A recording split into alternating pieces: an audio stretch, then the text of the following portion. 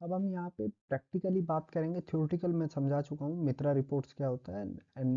Nvidia national vulnerability database, जो national ही होते हैं, और एस एन एस टॉप 25, इसका भी मैं प्रैक्टिकल करके दिखाऊंगा। O W A S P top 10 इसका भी।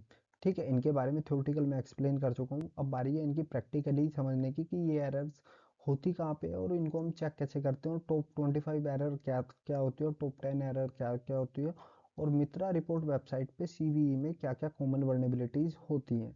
तो ये सब सब कुछ मैं एक प्लेटफॉर्म के थ्रू, ठीक है, इनकी ओरिजिनली मेन वेबसाइट या मेन ऑर्गेनाइजेशन की वेबसाइट पे क्लिक करके व्यू करके और वहाँ पे एक एक एरर को मैं आपको शो कराऊंगा।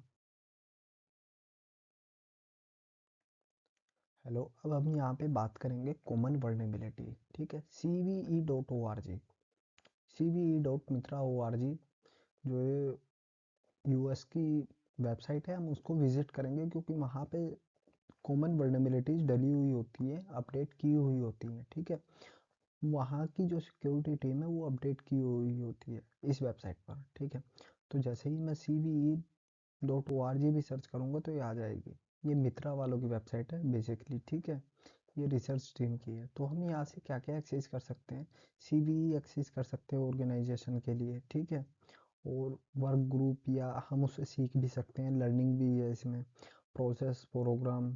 ठीक है, और रिलेटेड एफर्ट्स भी, और रिपोर्ट्स या रिक्वेस्ट भी कर सकते हैं हम किसी चीज़ की। अगर कोई हमें चीज़ें समझ में नहीं आ रही वर्नेबिलिटी, तो हम उसकी भी यहाँ पे जाके रिक्वेस्ट कर सकते हैं वर्नेबिलिटी। अगर हमारे सपोज सॉफ्टवेयर में कोई ऐसी वर्नेबिलिटी आ रही है जिसको हम अंडरस्टैंड नहीं कर पा रहे, या कोई डेवलपर अंडरस्टैंड नहीं कर पा रहा कि ये वर्नेबिलिटी है क्या एक्चुअली, तो एक्चुअली ये वेबसाइट ऐसी है कि यहाँ पे कॉमन वर्नेबिलिटी डली हुई होती है। ठीक है, हम यहाँ से इजीली देख सकते हैं कौन कौन सी कॉमन वर्नेबिलिटीज हैं। ठीक है, जैसे मैं अगर यहाँ पे सर्च करूँ, डबल आई एस सर्च करता हूँ इंटरनेट से रिलेटेड। ठीक है, तो मैं एग्जांपल के लिए double I S vulnerability search कर देता हूँ। कोई भी आप किसी भी चीज़ के बारे में भी देख सकते हो, एग्जांपल के लिए डाली है मैंने डबल आई एस। ठीक है, इससे मुझे जितना भी वर्नेबिलिटी होंगी इसके बारे में वो सारी दिखाए। और एक्चुअली क्या बात होती है, जिस टेक्नोलॉजी के बारे में हम वर्नेबिलिटी यहाँ पे सर्च करते हैं उसकी अपडेटेड होती है ईयर वाइज।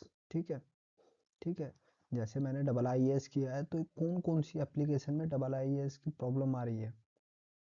ठीक है, डबल आई एस का मतलब होता है इंटरनेट इंफॉर्मेशन सिस्टम, जो भी इंफॉर्मेशन सिस्टम है। ठीक है, ईमेल से, जैसे ईमेल में S M T email login plugin या एसक्यूएल इंजेक्शन से ईमेल को लॉगिन करने में कोई प्रॉब्लम आ रही है। ठीक है, वो सब चीज़ें वर्नेबिलिटीज़ यहाँ पे है हर सॉफ्टवेयर की, हर कंपनी की। माइक्रोसॉफ्ट की भी है, ठीक है, माइक्रोसॉफ्ट कॉरपोरेशन, गिटहब की है, ओरेकल की भी है। ठीक है, यहाँ पे मैं सपोज ओरेकल की वर्नेबिलिटी खोलता हूँ तो उसके बारे में सारी डिटेल लिखी होगी, वो पब्लिश कब हुई थी और अपडेट कब हुई है। ठीक है, वो पब्लिश हुई थी 20 तारीख को ही, और अपडेट भी 20 तारीख को ही हो गई थी ये वर्नेबिलिटीज। ठीक है, ये क्रिटिकल वर्नेबिलिटी थी, तो इसलिए इसको टाइम टू टाइम ही अपडेट कर दिया गया। अफेक्टेड क्या हुआ, इससे वर्जन अपडेट हो गए। ठीक है, यही होता है कि अगर कोई वर्नेबिलिटी होती है तो सबसे सिंपल काम होता है कि उसका वर्जन अपडेट कर दो। वर्जन अपडेट करने का मतलब होता है जो भी उसके कोड में वर्नेबिलिटीज है। अब जैसे मैं सपोज यहाँ पे सर्च करता हूँ, व्हाट्सअप की वर्नेबिलिटीज ही सर्च कर लेता हूँ। ठीक है, सिंपल, आप लोग कॉमन टाइम में कॉमन व्हाट्सअप यूज़ सब लोग करते हैं, तो मैं यहाँ पे व्हाट्सअप की वर्नेबिलिटीज ही चेक कर लेता हूँ। ठीक है, जैसे मैं व्हाट्सअप की यहाँ वर्नेबिलिटी सर्च करूँगा तो व्हाट्सअप में जो जो वर्नेबिलिटीज होंगी, मैं ये मेटा प्लेटफॉर्म का है, कंपनी भी दिखा दी सी एन ने, कौन सी कंपनी का है, मेटा प्लेटफॉर्म का है। ठीक है, अब ये क्या क्या वर्नेबिलिटीज है, incomplete authorisation, link devices message for wires priority version, मतलब वर्जन्स में जिस वर्जन में वर्नेबिलिटी है वो स्पेसिफिक वर्जन दिखाता है यहाँ। ठीक है, तो ये वर्नेबिलिटीज ऐसा नहीं है कि ये फिक्स नहीं हुई है, ये वर्नेबिलिटीज फिक्स हुई होती हैं बस। ये है, जैसे ही यहाँ कोई किसी टेक्नोलॉजी या किसी कॉरपोरेशन के बारे में वर्नेबिलिटीज अपडेट करता है तो उसे डेवलपर तुरंत फिक्स कर देते हैं। कुछ वर्नेबिलिटीज ऐसी होती हैं जिनको लेट फिक्स किया जाता है। ठीक है, उनके क्रेडिट स्कोर के अकॉर्डिंग CVSS स्कोर देखा जाता है कि उनका स्कोर कितना क्रिटिकल है, मीडियम है या लो है। लो का मतलब होता है कि उनमें थोड़ा हम टाइम ले सकते हैं, जो क्रिटिकल होगी उनको जल्दी हम फिक्स किया जा सकता है। ठीक है, जैसे मैंने वर्ड वर्ड फैंस खोला, तो इसका कुछ यूज़ करता है व्हाट्सअप टेक्नोलॉजी, ठीक है। तो ये मीडियम वर्नेबिलिटी है, ठीक है। इससे क्या होता है, improper input web page generation होता है, ठीक है। तो ये चीज़ें होती हैं। तो आप भी अगर किसी चीज़ की वर्नेबिलिटी जाननी है या कोई कॉमन वर्नेबिलिटी है, तो ऐसे ही अगर आप कोई सपोज व्हाट्सअप जैसी चैटिंग एप्लीकेशन बना रहे हो, तो आप यहाँ से देख सकते हो कि हमारी एप्लीकेशन में क्या क्या वर्नेबिलिटीज़ हो सकती है। आप उनको मैच कर सकते हो ना, चेक कर सकते हो कि जब व्हाट्सअप स्टार्ट हुआ था तो शुरू में क्या वर्नेबिलिटीज़ आई थी, उसको मैच करो कि मेरी एप्लीकेशन में भी यही वर्नेबिलिटी। और हर वर्नेबिलिटीज़ का है यूनिक आइडिया। देखो CVE 2025, ठीक है, या हम वर्नेबिलिटीज़ को डायरेक्टली सर्च करेंगे ईयर वाइज भी, यहाँ ईयर वाइज भी हम में मिल जाती है, ठीक है। ये पब्लिश कब हुई थी और अपडेट कब हुई थी। बेसिकली ये ज़्यादातर अपडेट डे टू डे ही हो जाती है अगर कोई ज़्यादा क्रिटिकल होती है, ठीक है। मैक्सिमम क्योंकि वहाँ पे डेवलपर होते हैं तो डे टू डे ही अपडेट कर देते हैं, ठीक है। वो उनका काम यही होता है डे टू डे। अब दूसरी चीज़, अमेज़ोन एक कॉमन चीज़ है, आज के टाइम में अमेज़ोन सब यूज़ करते हैं। तो मैं अमेज़ोन की डोरबेल एक टेक्नोलॉजी होती है क्लाउड में, मैं उसको सर्च करता हूँ, ठीक है। और बेसिकली यहाँ पे स्पेल गलत हो गया, मैं अमेज़ोन ही डायरेक्टली सर्च कर लेता हूँ, ठीक है। अमेज़ोन, मैं डायरेक्टली अमेज़ोन ही सर्च कर लेता हूँ। अमेज़ोन में जो जो वर्नेबिलिटी होगी, देखो अमेज़ोन में क्या वर्नेबिलिटी आई 2026 में, AWS SDK dot net framework में कोई वर्नेबिलिटी आई है, ठीक है। और उससे क्या अफेक्टेड भी हो रहा है, AWS S3 बकेट में भी है, DynamoDB डेटाबेस में भी है, जिनको मैं खोल के देख भी सकता हूँ। टाइटल क्या है, डिस्क्रिप्शन क्या है, डिस्क्रिप्शन का मतलब है उसके बारे में डिटेल में है कि क्या वर्नेबिलिटी है, मतलब यूज़र क्या इशू फेस कर सकता है, ठीक है। लेकिन ये वर्नेबिलिटी का क्या है, सेवरिटी लो है, तो इसको अमेज़ोन क्या करेगा, इसको बेस्ट प्रायोरिटी पे नहीं देगा। और यहाँ रेफरेंस भी हम चेक कर सकते हैं, ठीक है। रेफरेंस का मतलब होता है फुल डॉक्यूमेंट्री, ठीक है। फुल डॉक्यूमेंट्री हम यहाँ पे चेक कर सकते हैं कि क्या क्या है, ठीक है। अब दूसरी एक चीज़ और मैं सर्च करता हूँ, CVE डिटेल्स, ठीक है। CVE details.com, ये भी वेबसाइट होती है कॉमन वर्नेबिलिटी डिटेल्स की, ठीक है। ये भी एक वेबसाइट है कॉमन वर्नेबिलिटी डिटेल्स की। तो यहाँ पे मैं जैसे ही सर्च करता हूँ तो ये आपको दिखाएगा कॉमन वर्नेबिलिटीज़, ठीक है। ये कुकीज़ आप एक्सेप्ट कर सकते हो, ठीक है। इसमें क्या होता है, CVSS स्कोर रेंज दिखा दे, वर्नेबिलिटीज़ दिखा दी कि इस स्कोर से इस स्कोर के बीच में कितनी वर्नेबिलिटी है, कितनी वर्नेबिलिटी नहीं है, ठीक है।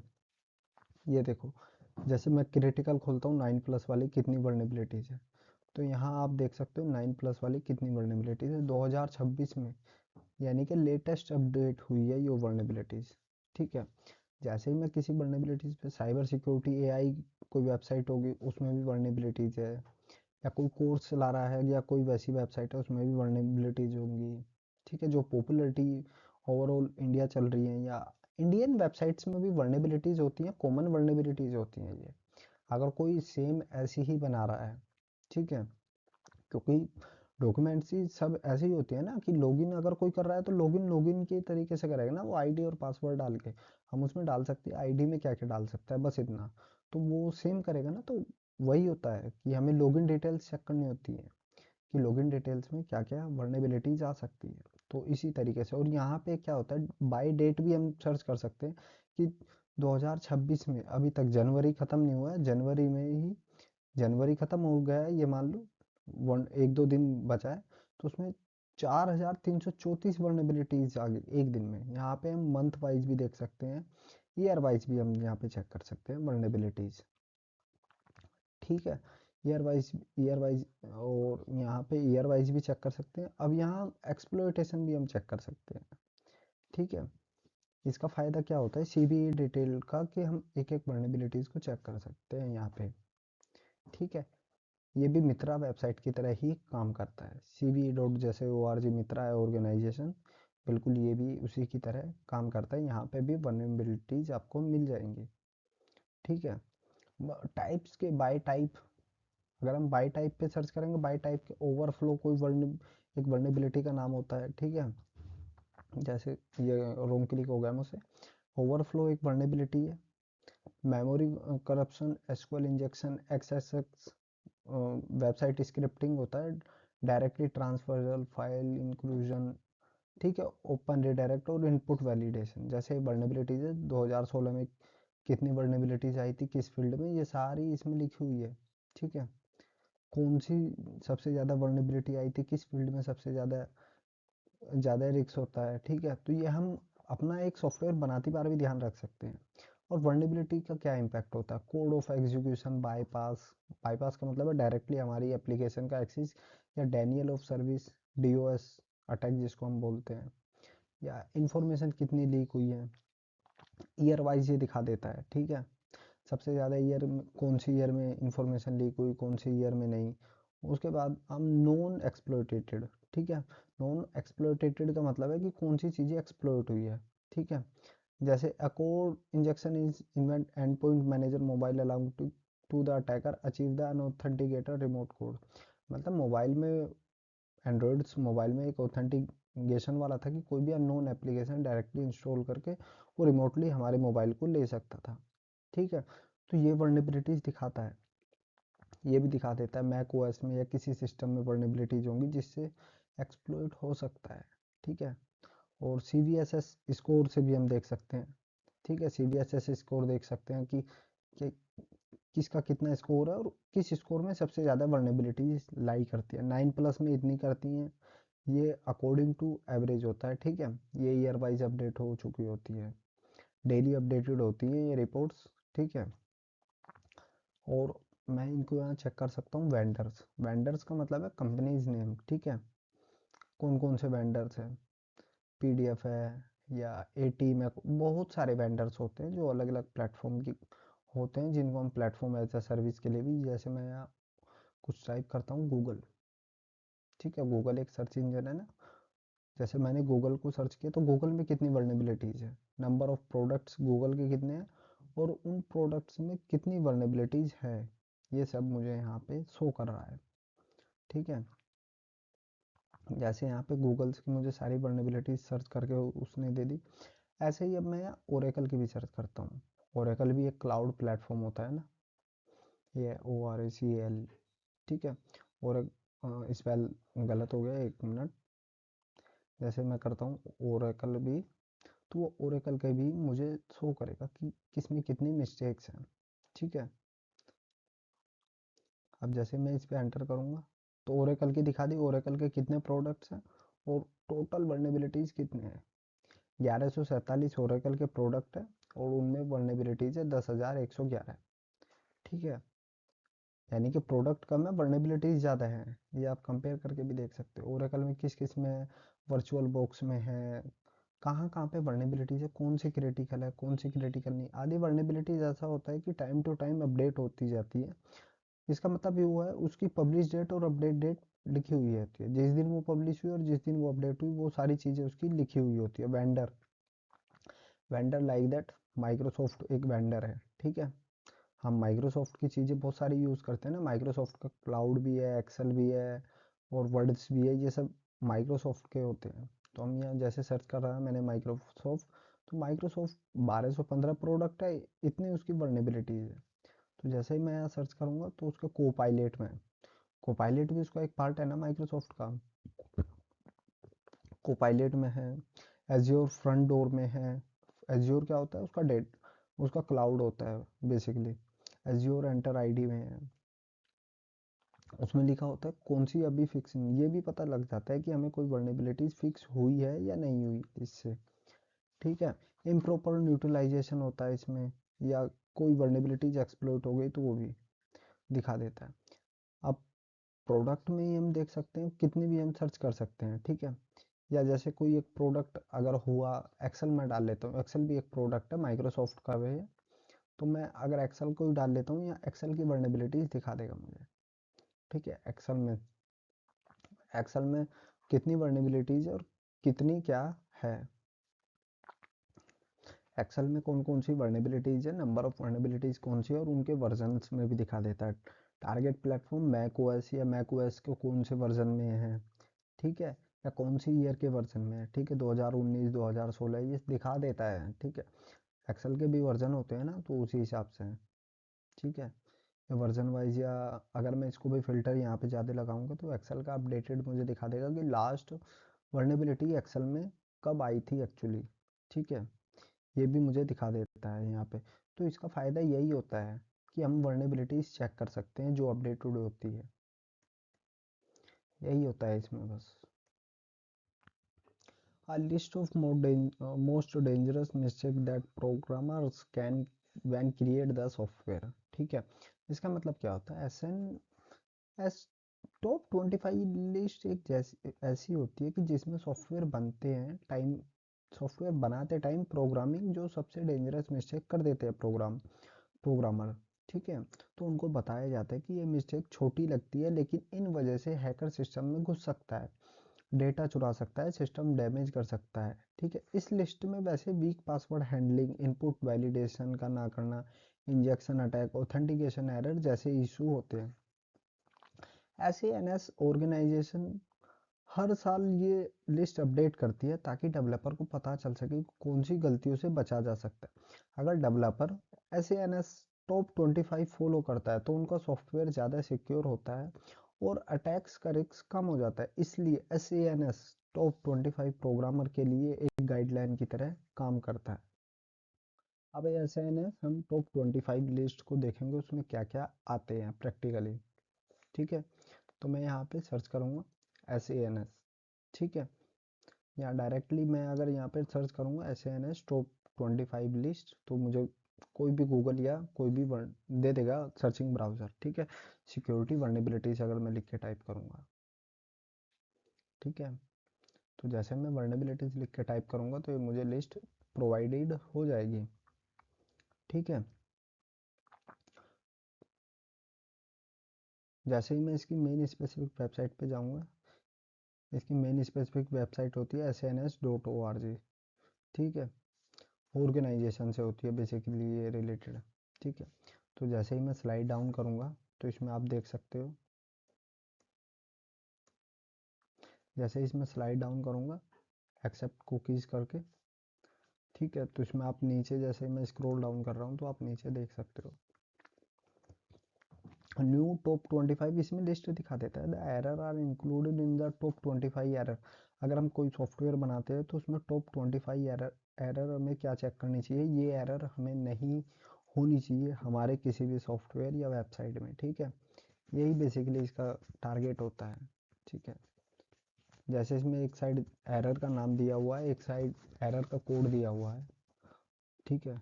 कोड का मतलब है कि उसकी यूनिक आईडी दी हुई है यहाँ पे। मेरा बेसिकली मतलब वही है कि एक यूनिक आईडी यहाँ पे प्रोवाइड की गई है एरर की, और उसका नाम भी दिया हुआ है क्या एरर क्या है। सर्वर साइड रिक्वेस्ट फॉर एजरी है या यूज़र हैंड वाली है। बेसिकली ज़्यादा जो मेन कॉमनली एरर होती है एसक्यूएल इंजेक्शन या क्रॉस साइट स्क्रिप्टिंग वाली एरर होती है, ठीक है। इसका राइट हैंड साइड पे पूरा यूआरएल भी दिया हुआ है और ये भी दिया हुआ है कोड में, ठीक है। अगर मैं इसके लिंक को कॉपी करके डायरेक्टली पेस्ट करूँगा तो इसके यूआरएल पे डायरेक्टली ये रिडायरेक्ट मुझे कर देगा, ठीक है। आप देख सकते हो ये वाली एरर बेसिकली कॉमन होती है, ठीक है। मिसिंग होती है कुछ सिंटैक्स एरर या कुछ कोड एरर होती है या कोई प्रोग्रामिंग लैंग्वेज से एरर हो जाती है जो बाईपास हो जाती है, या डिफ़ॉल्ट परमिशन की कुछ एरर्स होती है, ठीक है। या एसक्यूएल इंजेक्शन की कुछ एरर हो सकती है, तो वही एरर को हम हैंडल करते हैं यहाँ बेसिकली, ठीक है। जैसे मैं यहाँ पे अगर पेस्ट करता हूँ एक एरर है, सपोज ये एरर 89 है, तो मैं एक कॉमन एसक्यूएल इंजेक्शन वाली उठाई है मैंने, वहाँ से लिंक कॉपी किया है, राइट हैंड साइड पे लिंक दिया हुआ है, वहाँ से मैंने कॉपी किया, यहाँ पेस्ट किया डायरेक्ट। अब ये मुझे दिखा रहा है कि डेटाबेस को कैसे सिक्योर हो किया जा सकता है, डेटाबेस पे कैसे अटैक होता है हमारे एसक्यूएल इंजेक्शन के थ्रू, ठीक है। तो ये एरर हमें टेस्ट करती बार काम आती है जब हम टेस्ट करते हैं ना अपनी एप्लीकेशन। तो ये टॉप 25 एरर के हम कोड्स के थ्रू टेस्ट करते हैं कि सबसे पहले क्रॉस स्क्रिप्टिंग टेस्ट करेंगे, फिर उसके बाद एसक्यूएल टेस्ट करेंगे, फिर उसके बाद इनपुट वैलिडेशन टेस्ट करेंगे, या उसके बाद ये वाला एग्जांपल दिया हुआ है यहाँ एग्जाम्पल के साथ भी दिया हुआ है ये एरर सबसे पहले कब आई थी, या मतलब ये एरर कौन सी एप्लीकेशन ने फेस की थी, या किसी से मिस्टेक हो गई थी, या कौन से कोड में भी है ये। विद कोड के साथ भी ये एरर हमें बेसिकली दी हुई है, तो हम ये कोड के साथ भी देख सकते हैं। यहाँ पे विद कोड के साथ एरर दी हुई है। कैसे इन एरर्स से हम चेक कर सकते हैं। आज भी बेसिकली डेवलपर कभी कभी एरर्स कर देते हैं, ठीक है। ये नॉर्मल और बेसिक्स एरर होती हैं जो डेवलपर कर देता है बाय मिस्टेक। ज़रूरी नहीं है कि ये नॉर्मली एरर हो, किसी से भी ये एरर हो सकती है बेसिक, ठीक है, क्योंकि ये कॉमन एरर होती है। तो हमें एक कोई भी सॉफ्टवेयर प्रिपेयर करती बार ये एरर्स हमें चेक भी करनी चाहिए। जो पेन टेस्टर होते हैं वो इन एरर्स के थ्रू ही सॉफ्टवेयर को टेस्ट करते हैं, ठीक है। इन एरर्स का यहाँ पे शो करना मतलब ये नहीं है कि हम इनका मिसयूज़ करके हैक करने की कोशिश करें किसी भी एप्लीकेशन को। इन एरर्स का शो करने का मतलब मेरा यहाँ पे ये है प्रैक्टिकली, कि जब हम या डेवलपर होता है या कोई साइबर एक्सपर्ट होता है, अगर वो किसी ऑर्गेनाइजेशन को ज्वाइन करता है तो उसके सॉफ्टवेयर को इनके 25 एरर्स के थ्रू चेक करता है, क्योंकि डेवलपर का काम होता है सॉफ्टवेयर प्रिपेयर करना, साइबर एक्सपर्ट्स का काम होता है उसको चेक करना कि इसमें क्या क्या एरर है या ये बाईपास हो सकता है नहीं। जैसे सब क्रॉस स्क्रिप्टिंग वेबसाइट वाली एरर है, मैं इसका यहाँ से लिंक कॉपी किया, ठीक है, इसका कोड भी लिखा हुआ है, मैं डायरेक्टली पेस्ट किया, ये मित्रा वेबसाइट पे डायरेक्टली मुझे लेके जाएगा। जैसे ही मैं एंटर करूँगा यहाँ पे मुझे एरर दिखा देगा, ठीक है। ये मित्रा ऑर्गेनाइजेशन के बारे में मैं पहले भी एक्सप्लेन आपको कर चुका हूँ। तो ये पूरा फिगर दिखाया हुआ है कि कैसे कैसे लॉगिन से कैसे कैसे एरर आ सकती है, ठीक है, और कैसे इसमें क्या क्या है पूरा डिटेल में दिया हुआ है। या ये कह सकते हैं कि हम ये आर्किटेक्चर अपनी वेबसाइट के लिए भी फॉलो कर सकते हैं, क्रॉस स्क्रिप्टिंग वाला चेक करके कि हमारी कहीं वेबसाइट में क्रॉस स्क्रिप्टिंग एरर काम तो नहीं कर, या क्रॉस अगर सपोज हमारी वेबसाइट क्रॉस स्क्रिप्टिंग के थ्रू बाईपास हो रही है, उसका यूज़र नेम पासवर्ड या कुछ भी चीज़, तो हम यहाँ से चेक कर सकते हैं ना, ठीक है। जैसे यहाँ दिया हुआ है एग्जांपल पीएचपी में दिया हुआ है, हम इसको चेंज कर सकते हैं। ज़रूरी नहीं है पीएचपी में दिया हुआ है, ये पीएचपी में दिया हुआ है, हम इसे अगर हमारी जावा स्क्रिप्ट में वेबसाइट है इसको जावा स्क्रिप्ट में चेंज कर लो, ठीक है, क्योंकि बेसिकली इसके सिंटैक्स ही तो चेंज होने हैं। उनके रिजल्ट्स भी दिए हुए हैं, ठीक है, पूरा इसके बारे में डिटेली दिया हुआ है। और इसमें और रेफरेंस भी दिए हुए होते हैं। जो रेफरेंस होते हैं ना, रेफरेंस नंबर जिनको हम बोलते हैं, रेफरेंस होते हैं कि ये एरर सबसे पहले कब पकड़ी गई थी या कौन सी वेबसाइट में दी थी। लेकिन यहाँ पे जो एरर आपको दिखाएंगी वो फिक्स हुई वो होती है किसी वेबसाइट की। अगर आपको यहाँ पे एरर दिखा रहा है अपडेटेड लिस्ट में, तो वो एरर ऑलरेडी फिक्स होंगी, या ऑलरेडी फिक्स नहीं होगी तो वो फिर बहुत लो सेवरिटी रेट होगा उसका। अगर वो क्रिटिकल है तो बिल्कुल एग्जैक्टली फिक्स एरर आपको मिलेगी। डेवलपर क्या करता है, इन एरर्स का ही यूज़ करके अपनी एप्लीकेशन को सिक्योर बनाता है। या जो एथिकल हैकर होता है जो कंपनीज में काम करता है, वो इन एरर्स का यूज़ करके एक सॉफ्टवेयर को टेस्ट करता है वन बाय वन, ठीक है। एक एक एरर को चेक करता है और रिपोर्ट बनाता है कि कौन सी एरर से है या नहीं है, कोई एरर तो नहीं है, ठीक है। अगर कोई एरर है तो वो एक रिपोर्ट बना के तुरंत, उसके बाद अगर कोई क्रिटिकल है तो वो उसको तुरंत ही फिक्स करवाता है डेवलपर से बात करके मीटिंग करके कि यहाँ ये एरर है, ये इस तरीके से बाईपास हो रहा है और इसको फिक्स किया जाए, इससे हमारा क्या क्या नुकसान होता है।